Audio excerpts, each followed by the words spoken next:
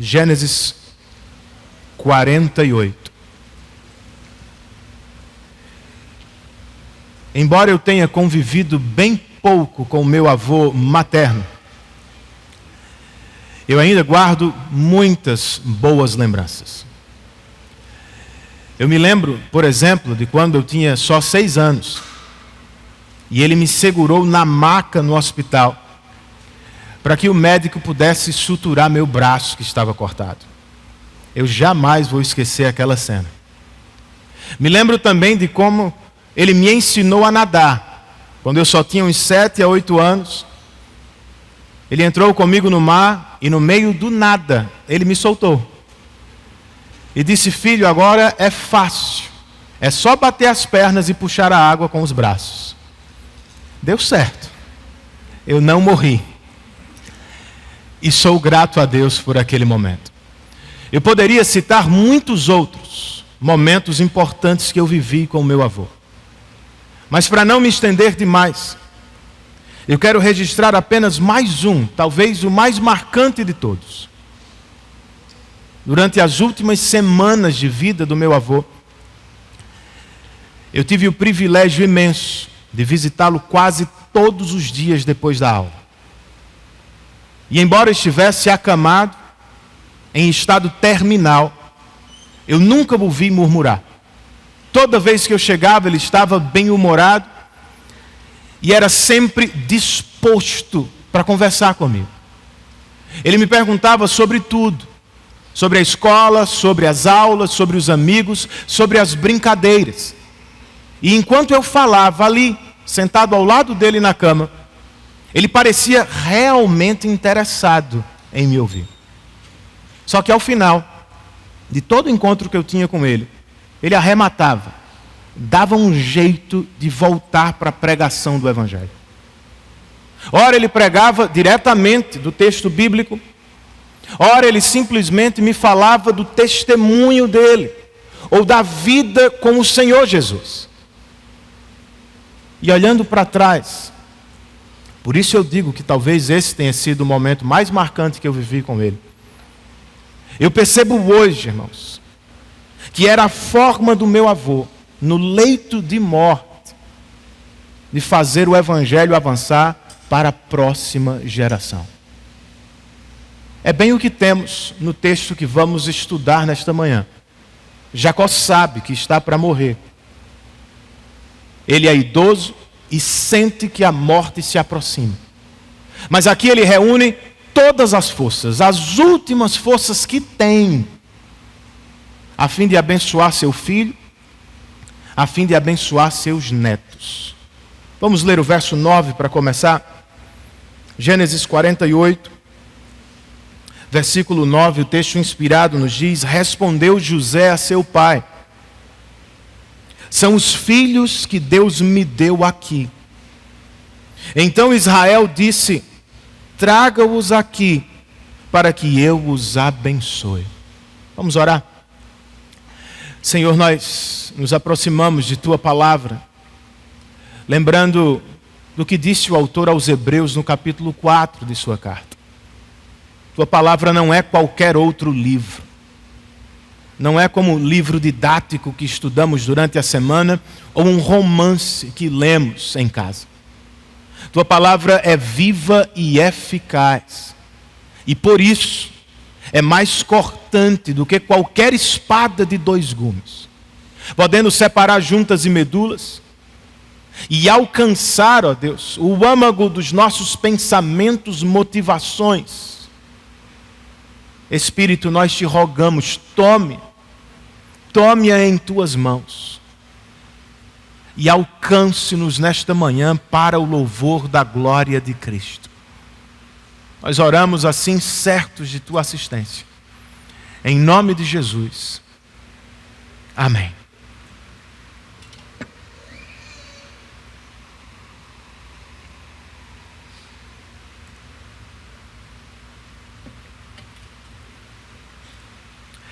Entre 2 discursos sobre a morte de Jacó, um que está ao fim do capítulo 47 e o outro que está ao fim do 49, nós temos 2 capítulos que tratam das bênçãos de Jacó sobre sua família.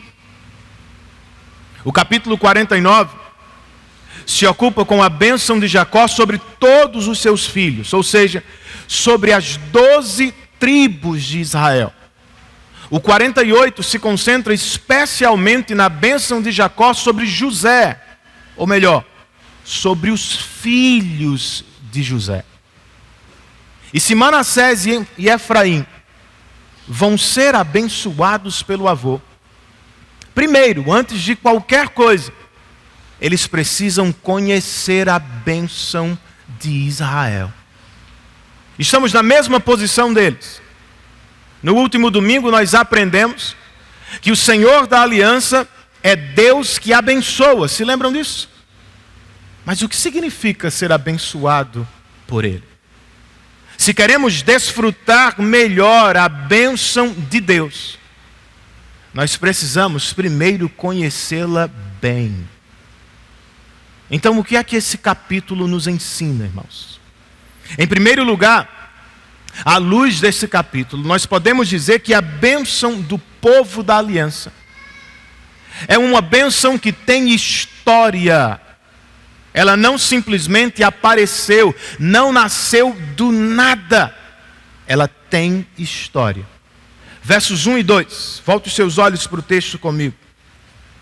Moisés escreve: algum tempo depois, disseram a José: seu pai está doente.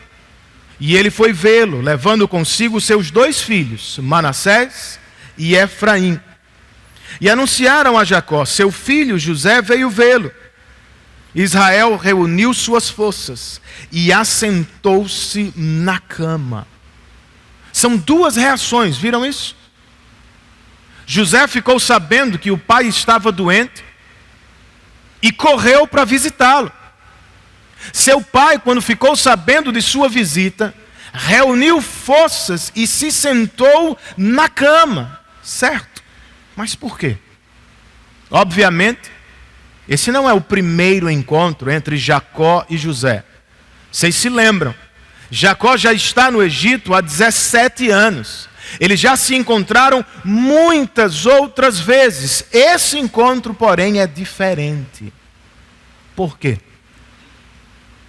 Porque José está indo ao pai com os 2 filhos, desejando receber de Israel a bênção de Deus. Jacó também quer a mesma coisa. E por isso, mesmo doente, acamado, ele se esforça ao máximo para abençoar seu filho e, através dele, seus netos. Antes, porém, Manassés e Efraim precisam entender algo. De onde vem a autoridade de Jacó para abençoar? Por que José não pode fazê-lo? Porque é que tem que ser Jacó, o avô deles. Versos 3, 4 e 7 vão nos responder. Então disse Jacó a José: o Deus Todo-Poderoso apareceu-me em luz, na terra de Canaã, e ali me abençoou, dizendo: eu o farei prolífero e o multiplicarei. Farei de você uma comunidade de povos, e darei esta terra por propriedade perpétua aos seus descendentes. Verso 7. Quando eu voltava de Padã, para minha tristeza, Raquel morreu em Canaã, quando ainda estávamos a caminho, a pouca distância de Efrata. Eu a sepultei ali, ao lado do caminho para Efrata, que é Belém. Essa é a história do patriarca Jacó, encapsulada por 2 momentos marcantes que se passam ambos na terra de Canaã. Primeiro em Luz, que é Betel. Deus o abençoou, vocês se lembram, no capítulo 28, quando ele fugia de seu irmão. Muitos anos depois, quando voltava para casa, Raquel a esposa a quem amava, a mãe de José, faleceu em Efrata, que é Belém. Em resumo, poderíamos dizer que a vida deste patriarca foi marcada por muito sofrimento e por alguma expectativa. E isso é o que me impressiona, gente. De fato, este homem sofreu muito na vida. Contudo, ele ainda crê nas promessas do Deus que lhe apareceu em Betel. É desse encontro com Deus, ou é dessa teofania, que vem a autoridade do patriarca de passar a bênção da aliança para a próxima geração. Ele a recebeu do próprio Deus. Mas o que é que estamos falando, afinal? Qual é a bênção que José quer para os seus filhos? O que é que Jacó quer entregar aos netos antes de morrer? Versos 5 e 6. Palavras de Jacó a José. Agora, pois, os seus 2 filhos que lhe nasceram no Egito, antes da minha vinda para cá, serão reconhecidos como meus. Efraim e Manassés serão meus, como são meus Rúben e Simeão. E os filhos que lhe nascerem depois dele serão seus.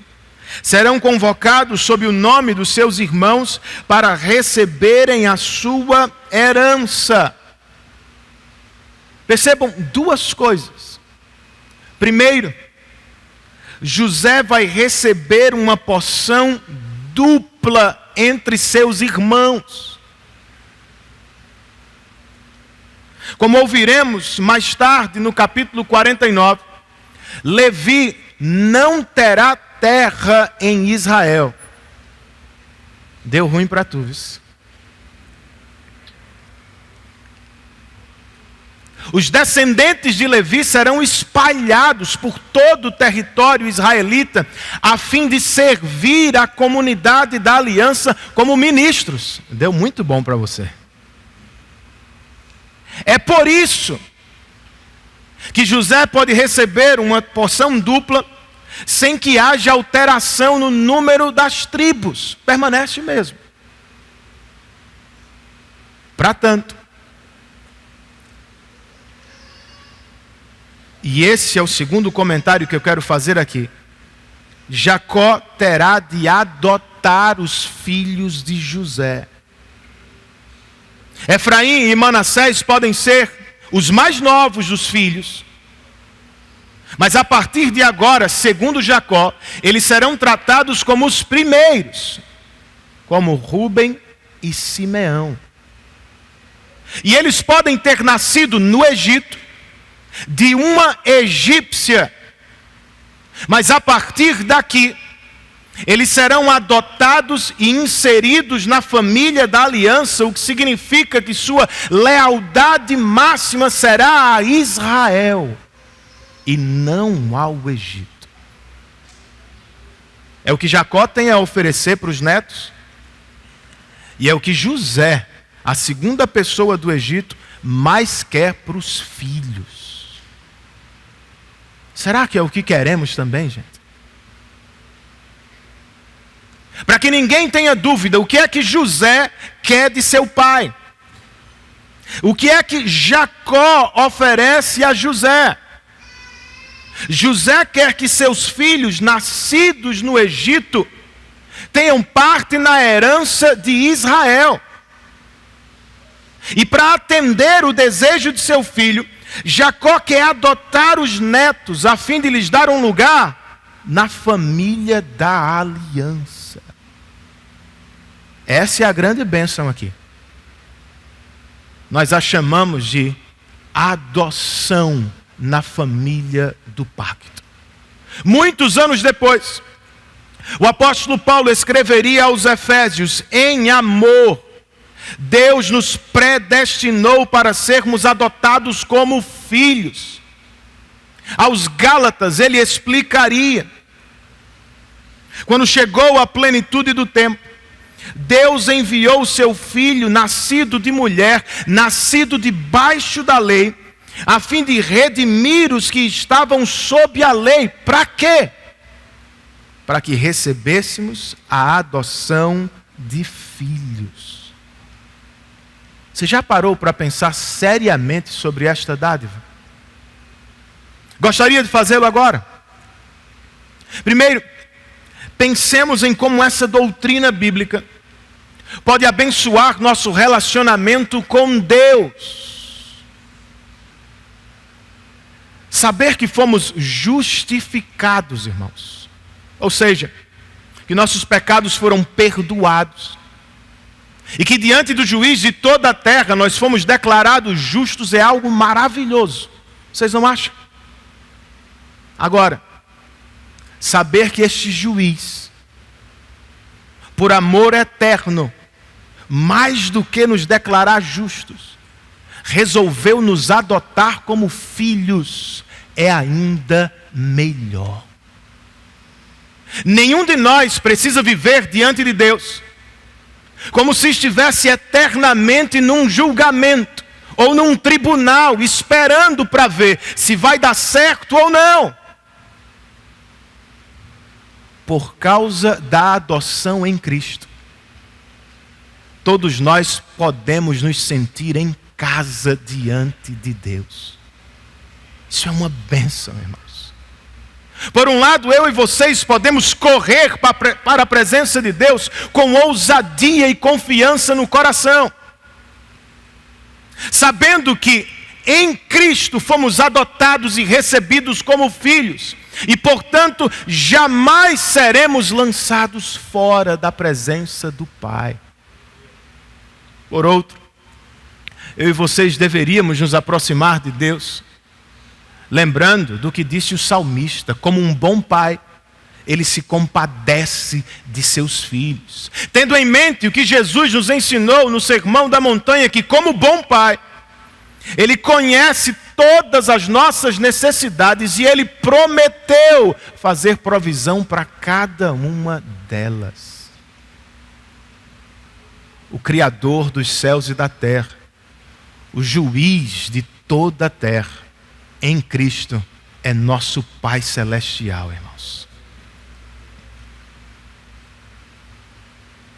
Pensemos também em como essa doutrina pode abençoar nosso relacionamento com a igreja.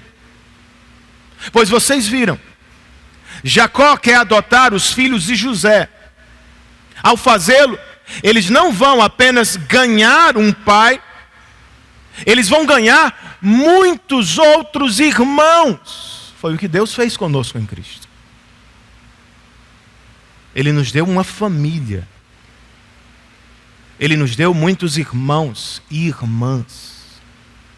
E a pergunta é: será que nós os valorizamos como deveríamos? Será que nós os amamos como família? O autor de Hebreus pergunta no capítulo 1 e verso 14: os anjos não são, todos eles, espíritos ministradores enviados para servir àqueles que vão herdar a salvação? Pense nisso. Os anjos, seres santos que vivem ao redor do trono de Deus, prontos para servi-lo a qualquer hora, são enviados pelo Pai para servir aqueles que serão família de Deus. Se os anjos fazem isso, o que estamos esperando, irmãos? Como família do pacto, nós precisamos amar melhor uns aos outros, cuidar melhor uns dos outros, servir mais e melhor uns aos outros, pois nós todos somos família da aliança. E quer você goste disso ou não, é esta família com quem você vai viver eternamente. Outra implicação desta doutrina, pensemos ainda como ela pode abençoar nosso ministério.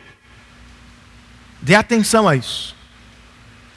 por ministério, entenda: ajudar alguém a crescer em Cristo. Esse é o nosso ministério aqui. Nós discipulamos uns aos outros, nós ajudamos uns aos outros, a fim de que as pessoas entre nós consigam dar um passo de cada vez na direção do crescimento em Cristo. Como fazê-lo, pastor? Como José, nós podemos levar uns aos outros para mais perto de Deus, irmãos. Isso aqui é impressionante. Em vez de valorizar o crescimento de seus filhos na nação mais poderosa do mundo, no Egito, José os tornou família dos pastores rejeitados de Canaã. Vocês se lembram da explicação sobre os pastores no último domingo? E a pergunta é: por que José fez isso? Porque é que ele associou os filhos com os pastores rejeitados e assim fechou as portas do sucesso e crescimento de seus filhos no Egito. Temos dito isso repetidamente.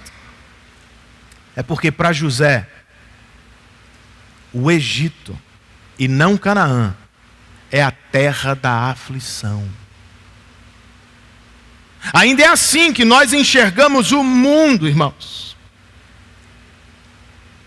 A grande bênção da vida não está na roupa de marca que se usa, no curso mais cobiçado da sociedade, ou no tanto de dinheiro que alguém tem no bolso. Não. A grande bênção da vida está em um relacionamento pactual com Deus verdadeiro. Por isso, que cada um aqui cuide para ver de quem ou do que estamos aproximando nossas famílias, nossos irmãos e nossos amigos. Ainda falando de ministério, como Jacó, nós podemos trabalhar até o último dia de vida. Vocês viram isso? O patriarca está no leito de morte, mas quando ficou sabendo da visita de seu filho e netos, ele reuniu forças, sentou e se preparou para abençoá-los. Por que não fazemos o mesmo? Caminhar na praia não é pecado, irmãos. Cuidar da saúde, tampouco. Até jogar no celular não é pecado. Mas você vai fazer só isso mesmo? Como é que você tem vivido os dias da sua aposentadoria? Como tem desfrutado de sua velhice? Será que não há ninguém mesmo no seu raio de ação ou de influência com quem você pode repartir a história da bênção de Deus na sua vida? Claro que há, irmãos. Sabe, seu neto, não só brinque com ele, não só lhe encha de presentes materiais. Aproveite cada encontro para influenciá-lo na direção de Cristo. Sabe, seu filho adolescente, ele vai embora daqui a pouco. Então, em vez de só exigir dele notas, comportamento, aproveita o tempo que Deus te deu para ser um testemunho de graça sobre a vida dele. Em vez de tratarmos a igreja, irmãos, como um evento dominical ou como uma loja religiosa para a qual corremos só para ter coisas, vamos perceber melhor uns aos outros aqui. Há sempre alguém bem perto de você que precisa crescer no Senhor. Por vezes eu me deparo com crentes que me dizem aqui: pastor, eu gostaria de servir na IPBE, mas eu não tenho espaço. Todos os espaços estão preenchidos. Sua visão está equivocada. Nosso ministério não se resume a pregar por trás de um púlpito ou cantar no palco aos domingos. Nosso ministério não é repetir aqui no meio do povo de Deus o que já fazemos lá fora. Você é médico, aqui você vai fazer clínica. Não! Nosso ministério aqui, irmãos, tem que ser o que temos na Bíblia. De novo, ajudar alguém a crescer em Cristo um passo de cada vez. Se isso é ministério, há muita oportunidade aqui para mim e para você. A pergunta é: vamos nos esforçar para cuidar melhor uns dos outros e para investir no crescimento uns dos outros? Ou vamos esperar que a igreja, o mundo, todas as coisas cooperem para me atender no serviço de ministério que eu gostaria de realizar? Não vai acontecer. Você estará perdendo tempo e inúmeras oportunidades de investir no crescimento de pessoas que precisam da sua ajuda.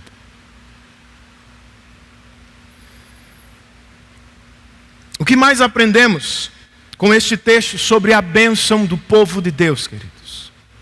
Em segundo lugar, segundo esse texto, nós também podemos dizer que a bênção do povo da aliança vem do próprio Deus.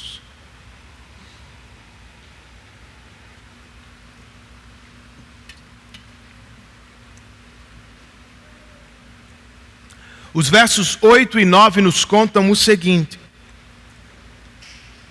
quando Israel viu os filhos de José, perguntou: quem são estes? Respondeu José a seu pai: são os filhos que Deus me deu aqui. Então Israel disse: traga-os aqui para que eu os abençoe. Quem são estes? Será que Jacó não conhecia os netos? Claro que conhecia. De novo, eles já estão juntos há 17 anos.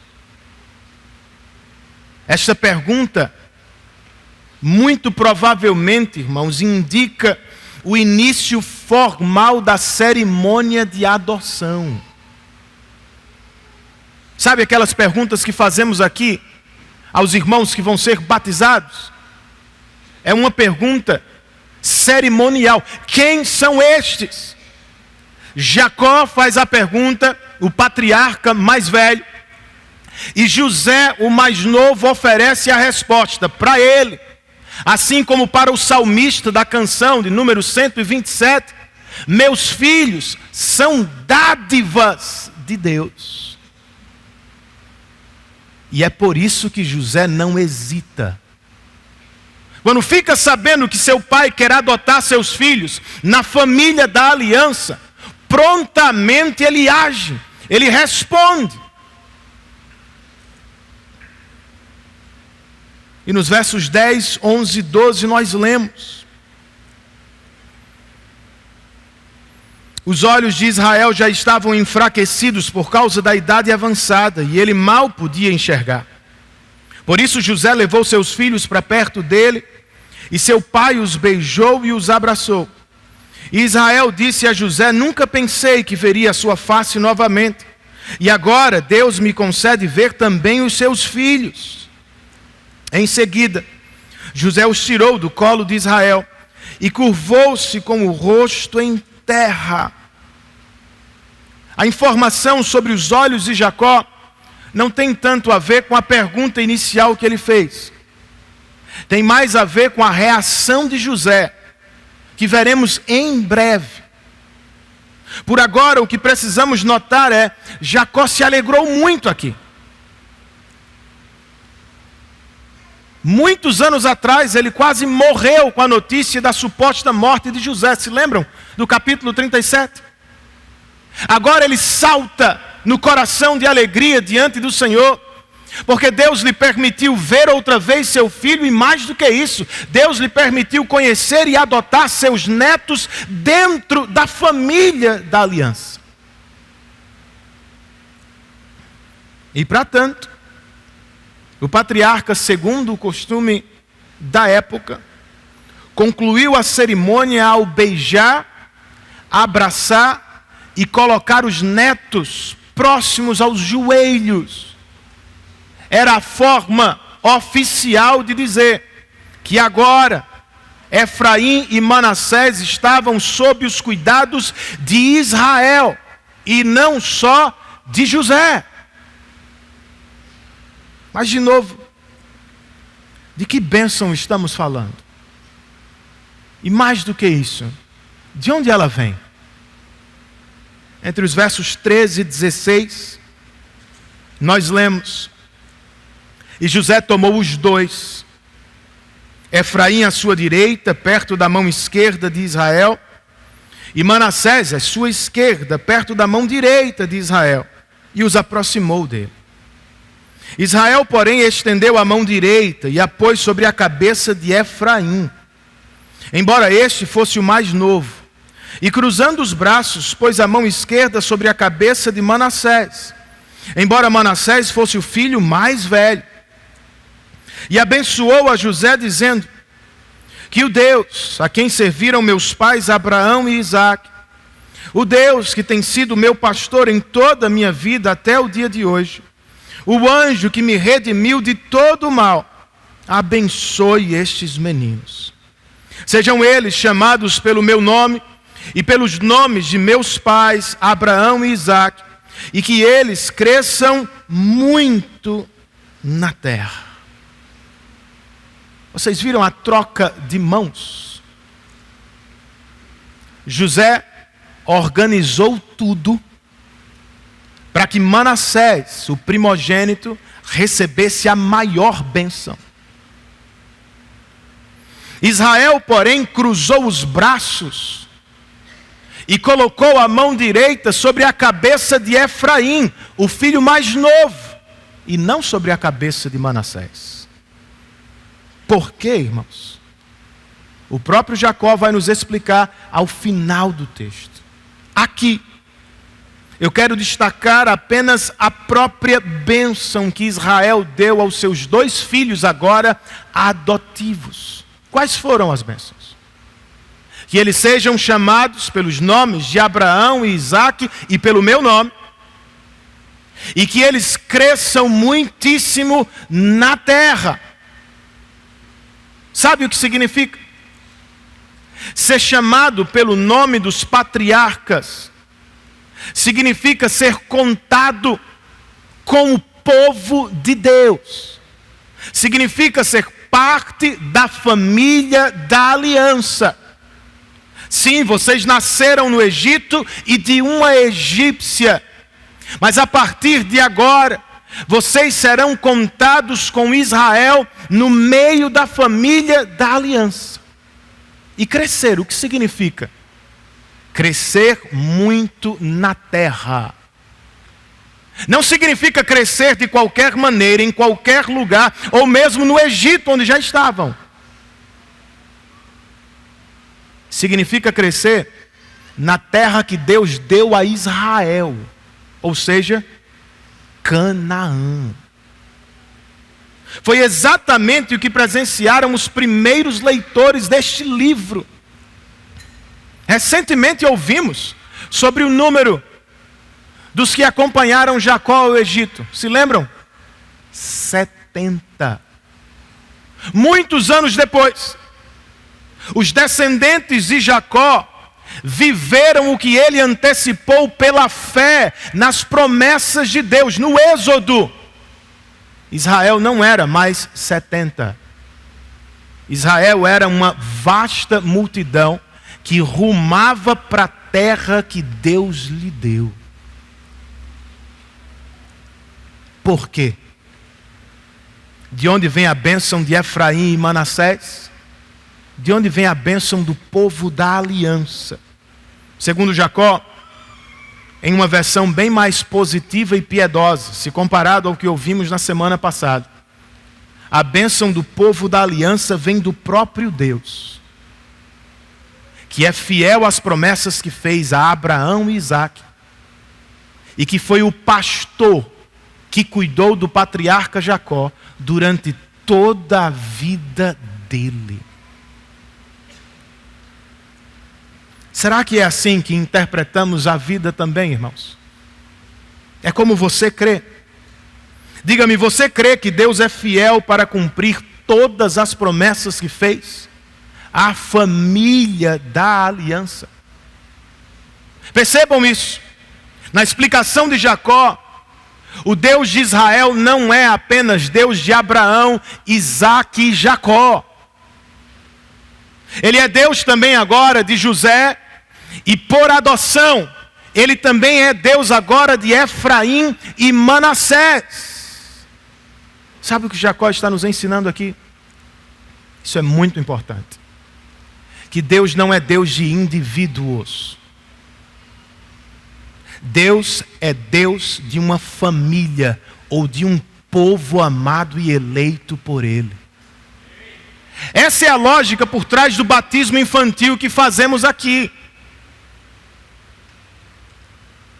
Se Deus nos tratasse como indivíduos, irmãos, o batismo infantil dos nossos filhos não faria sentido.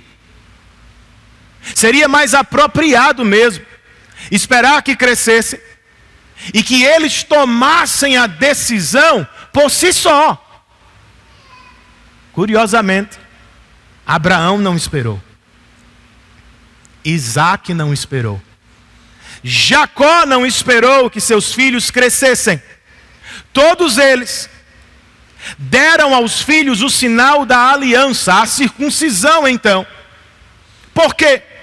Porque para eles, a questão de primeira ordem não era a decisão individual de cada um de seus filhos. A questão de primeira ordem era a decisão soberana do Deus da aliança. Uma questão de fidelidade. Pensem como isso pode ser encorajador para você, na criação dos seus filhos. Porque a verdade é, irmãos, nós somos todos pais. Não é fracos só não, tá? Não é falhos só não. Não é só imperfeitos. Nós somos pais pecadores. Nós pecamos contra os filhos, ora amando-os pouco, ora amando-os demais. Pecamos contra os filhos quando por negligência os expomos aos perigos deste mundo, e quando por medo pecaminoso nós os super protegemos, impedindo-os que se tornem fortes para enfrentar o mundo. Pecamos contra os filhos quando esquecemos de ministrar o Evangelho e os tratamos como legalistas, com as nossas próprias leis arbitrárias e sem sentido. E nós pecamos contra os filhos quando não somos para eles modelos de piedade, exemplos de santidade. Estou falando alguma besteira aqui? Se a sua casa é igual à minha, qual é a esperança dos nossos filhos? Se eles vivem com pais pecadores como os meus filhos vivem comigo, qual é a esperança que temos de que nossos filhos vão crescer conhecendo e amando o nosso Deus?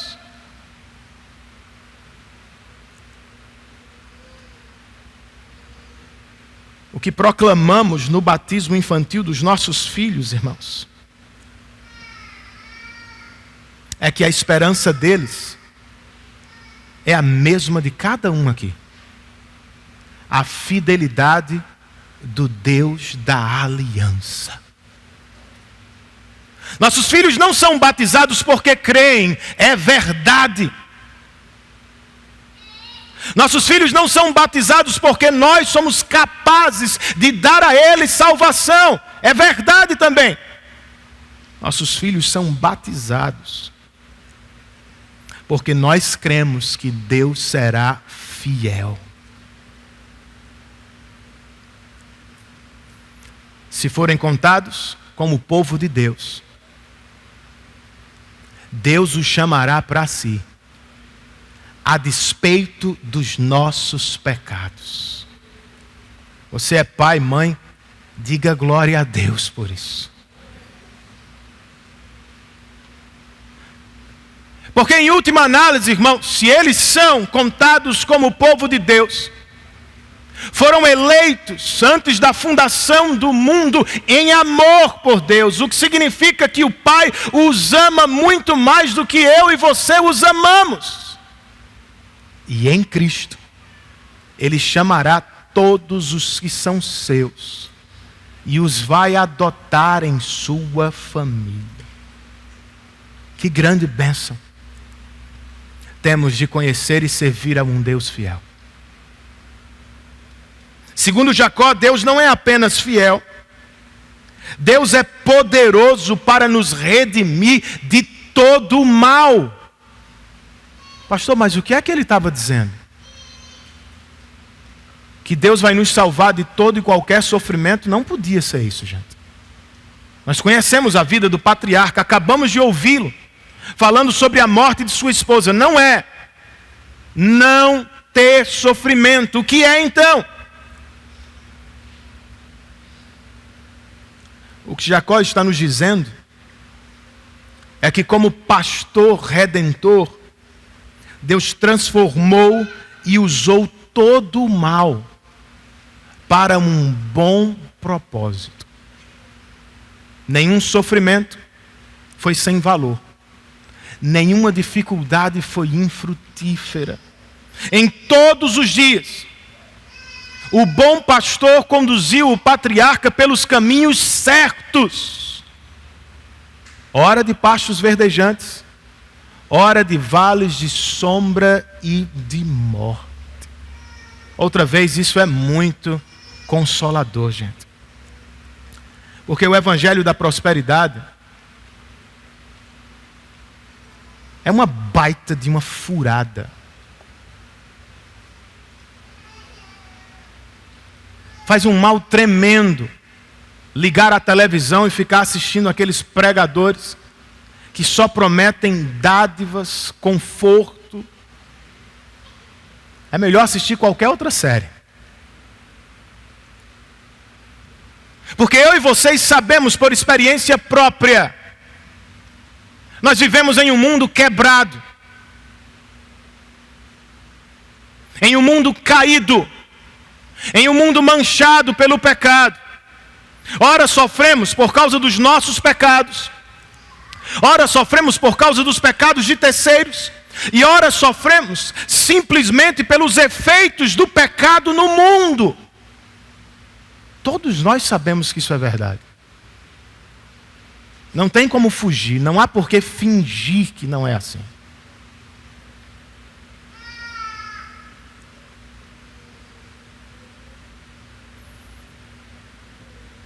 A bênção, portanto, não é jamais sofrer. Não é nunca padecer com uma doença. Não é não ter problemas financeiros. A bênção, como encontramos na Bíblia, é estar sempre, em toda e qualquer circunstância, sob o cuidado e a proteção do Deus que é pastor e redentor. Nosso pastor não nos abandona. O Redentor não foge dos nossos sofrimentos. Ele continua conosco. E Ele irá com você, meu amigo, até o último dia da vida. O que é que pode ser melhor do que isso, gente? A propósito, qual é a bênção que você está buscando de Deus? Você quer crescimento, prosperidade, fama? O que é? Bem, Jacó pediu a Deus que Efraim e Manassés crescessem muito na terra. Mas o que significa? Um comentarista escreveu: Jacó não estava pedindo que os filhos de José se tornassem famosos necessariamente no Egito. Jacó desejava que Deus os fizesse grandes na terra prometida, no lugar onde o Senhor escolhera colocar o seu nome. Você entende isso? Por um lado, essa bênção não tem a ver com o meu conquistar qualquer tipo de terra. Tem a ver com o meu receber a terra que o Senhor demarcou para mim. Foi Jesus quem disse no Sermão da Montanha: bem-aventurados os mansos, os não agitados, os calmos, os que esperam no Senhor, pois deles será a terra como herança. Não trata-se, portanto, de sua conquista ou da minha conquista. Essa bênção muito mais tem a ver com o quão satisfeitos nós estamos com o pedaço de terra que Deus nos dá, seja ela grande ou pequena. Precisamos também lembrar, irmãos, que há uma diferença gigantesca entre o conceito de grandeza no mundo e o conceito de grandeza no reino de Deus. O que é que significa ser grande no mundo? Significa ser aquela pessoa que é invejada por todos, porque ela tem tudo que todo mundo quer. Carreira de sucesso, muito dinheiro na conta, saúde perfeita, família aparentemente sem problemas. Isso é grandeza no reino dos homens.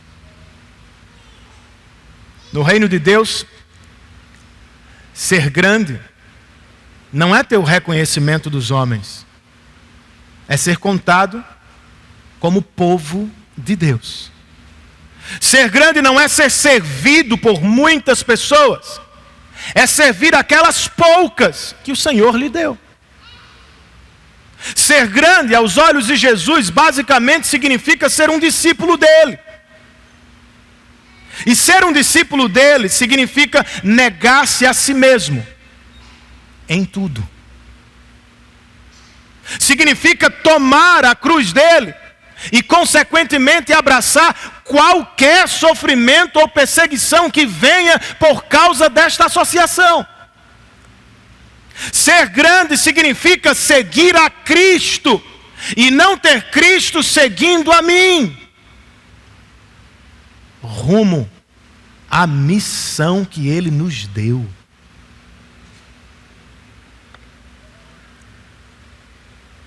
É claro que esse tipo de crescimento não acontece do dia para a noite. Estamos na escola da santificação, em constante discipulado, pouco a pouco,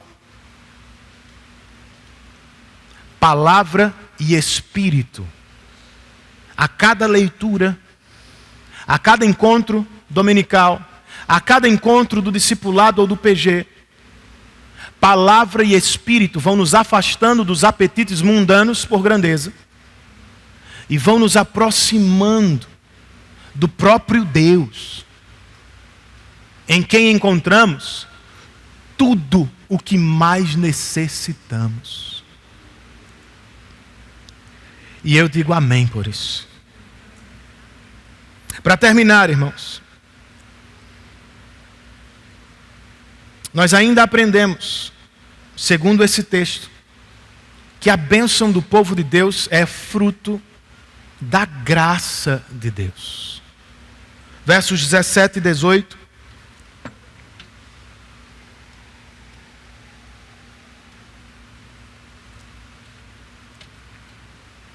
Quando José viu seu pai colocar a mão direita sobre a cabeça de Efraim, não gostou. Por isso pegou a mão do pai, a fim de mudá-la da cabeça de Efraim para a de Manassés, e lhe disse: não, meu pai, este aqui é o mais velho, põe a mão direita sobre a cabeça dele. Vocês se lembram da cena anterior? José, assim como Jacó, muitos anos antes dele, organizou tudo para manipular a bênção de Deus na direção de Manassés. Manassés era o primogênito e, segundo as convenções do mundo antigo, a ele era dada uma porção maior. Então ele deu um jeito de colocar Manassés perto da mão direita de seu pai e Efraim perto da mão esquerda de seu pai. Só que na hora da bênção, por conta própria, Jacó cruzou os braços e deu a maior bênção a Manassés. Vendo o que aconteceu, diz o texto, José não gostou. Mais do que isso, ele tomou a mão do pai e tentou forçá-la na direção que queria. Meu pai não é Efraim, é Manassés. Será que vai dar certo? Versos 19 e 20. Moisés escreve, mas seu pai recusou-se e respondeu, eu sei, meu filho, tenha calma. Eu sei. Ele também se tornará um povo, também será grande. Apesar disso, seu irmão mais novo será maior do que ele, seus descendentes se tornarão muitos povos. Assim Jacó os abençoou naquele dia, dizendo, o povo de Israel usará os seus nomes para abençoar uns aos outros com esta expressão, que Deus faça a você como fez a Efraim e a Manassés. E colocou Efraim à frente de Manassés. Jacó não aceitou voltar atrás. Porque para ele, o cruzar dos braços não tinha sido um erro. Não era fruto de sua velhice ou da fraqueza de seus olhos, como talvez José pensasse. Pela fé, irmãos. E olha que destaque interessante. Pela fé, é por isso que Jacó figura na galeria dos heróis da fé lá em Hebreus. Tem tanta coisa na vida dele, mas o autor de Hebreus só menciona esse episódio. Pela fé, ele tomou conhecimento que Efraim tinha que receber a bênção maior e que Manassés seria servo de seu irmão mais novo, seu filho predileto, seu filho mais querido, o filho a quem amava e a quem dava porções duplas, lhe pediu, pai, não é esse menino, é aquele. Deus também lhe pediu algo. Deus pediu, Jacó, ponha Efraim à frente de Manassés. Jacó ouviu os dois, mas por graça e em sinal de maturidade, ao final da vida, ele preferiu ficar com Deus e aborrecer o filho predileto. A seguir, o texto termina, versos 21 e 22.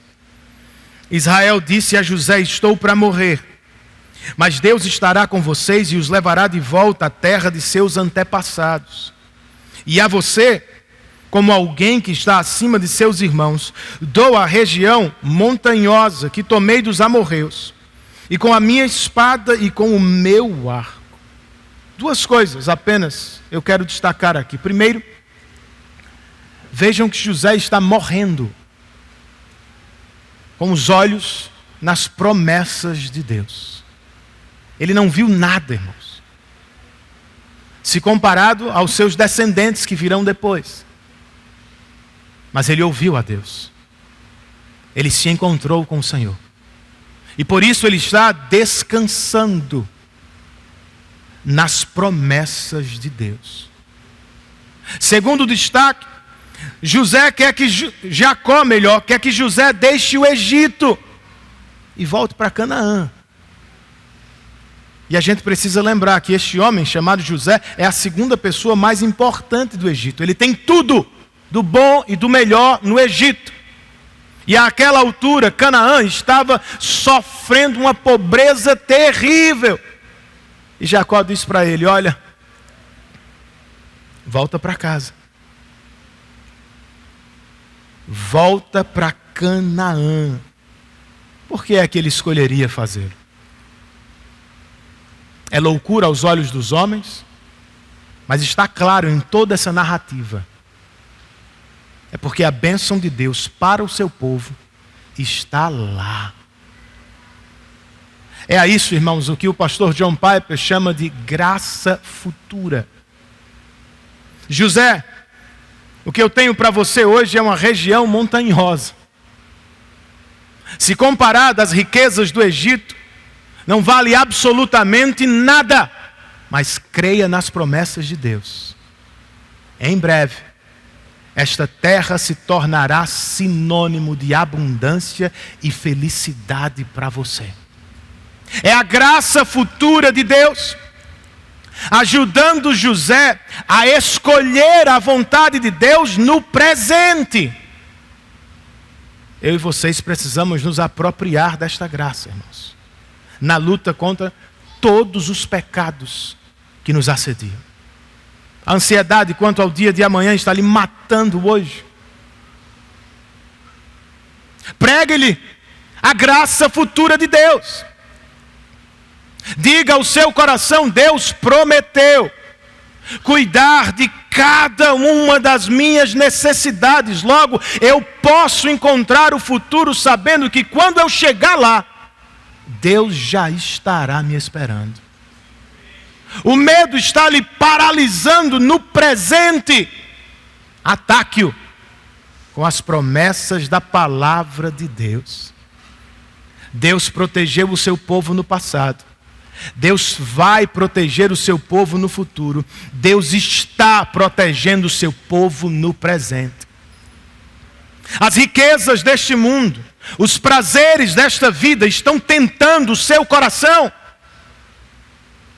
Ataque o coração com as promessas da graça futura de Deus. Lembre ao coração que tudo isso aqui é Egito. E Egito, sem Deus, por mais belo e atraente que seja, é terra da aflição. Canaã, por mais pobre e rejeitada pelos homens que seja, é o lugar da bênção de Deus para o seu povo, simplesmente porque Deus ali está. Diga isso ao seu coração. Para além da graça futura, nós vemos neste texto a presença também da graça soberana. José quer abençoar Manassés. Jacó cruza os braços e abençoa Efraim. Por quê? Porque a graça de Deus é soberana. A bênção de Deus, irmãos, não depende de posição, de privilégio ou de convenção dos homens. A bênção de Deus é soberana, é livre, não pode ser manipulada, não pode ser comprada, não pode ser impedida e jamais será frustrada. Geralmente, na Bíblia, de capa a capa, a graça soberana humilha os homens mais sábios e poderosos do mundo e exalta aqueles que são vistos como os menores ou os últimos do mundo. O apóstolo João escreveu sobre Cristo. Ele veio para aqueles que eram seus, mas os seus não o receberam. Os judeus eram os primeiros. Contudo, aos que o receberam, aos que creram no seu nome, deu-lhes o direito de se tornarem filhos de Deus. O apóstolo Paulo disse aos coríntios: Deus escolheu o que para o mundo é fraqueza, a fim de envergonhar o que é forte. Ele escolheu o que para o mundo é insignificante, desprezado e nada é, para reduzir a nada o que é. Com que propósito? A fim de que ninguém se vanglorie diante dele. A graça de Deus é soberana, irmãos. Não só sobre a salvação do povo da aliança, ela também é soberana sobre todas as circunstâncias do povo da aliança. Por vezes, alguns projetos nos quais investimos tempo, dinheiro, energia, simplesmente não prosperam. Enquanto outros acontecem e nos abençoam, sem que tenhamos nos esforçado para tanto. Não é assim? Alguns sonhos que nutrimos no coração nem sempre se tornam realidades. E de repente situações surgem aparentemente do nada e nos levam a algo muito melhor do que aquilo que sonhamos um dia. O que é isso? Graça soberana. A questão que Jacó aprendeu com o tempo, a questão com a qual José estava lutando aqui, ainda é a nossa questão. Nós vamos nos submeter à vontade soberana de Deus? Ou vamos viver o tempo todo tentando forçar a mão dele na direção que queremos? Eu gostaria de dizer que vamos cessar de lutar com Deus. E que vamos ficar alegres, contentes com qualquer que seja a vontade dele. Mas não é verdade. Nós somos muito parecidos com Isaac, que queria abençoar Esaú na marra. Nós somos muito parecidos com José, que queria forçar a mão do pai na direção de Manassés. Somos assim mesmo, irmãos. E por isso, nós não somos merecedores da bênção de Deus. Nós somos merecedores de seu castigo. Porque qualquer pecado, por menor que seja na sua avaliação, é sempre uma grande ofensa, é sempre uma grande rebeldia contra a mão boa, santa e justa de Deus. Por isso, se fôssemos deixados à própria sorte, não haveria esperança para ninguém aqui. Todos nós seríamos justamente condenados pelo juiz de toda a terra. A nossa sorte, por assim dizer, outra vez, é a graça do nosso Deus. Ela não é apenas futura, ela não é somente soberana, ela também é redentora, irmãos. Eu citei antes, Efésios capítulo 1, em amor, Deus nos predestinou para a adoção de filhos. Mas como poderíamos ser filhos de Deus, uma vez que somos tudo o que é contrário a Ele? Na plenitude dos tempos, Deus enviou o seu Filho unigênito, nascido de mulher, debaixo da lei, para redimir os que estavam sob a lei, para que recebêssemos a adoção de filhos. Jesus veio ao mundo para a nossa salvação. E Ele se entregou como sacrifício substitutivo para a nossa adoção de filhos na família de Deus. Na cruz, irmãos. Não Jacó, um irmão nosso, mas o próprio Deus cruzou os braços. Vocês viram isso? O que era nosso foi transferido para Cristo. culpa, pecado e condenação.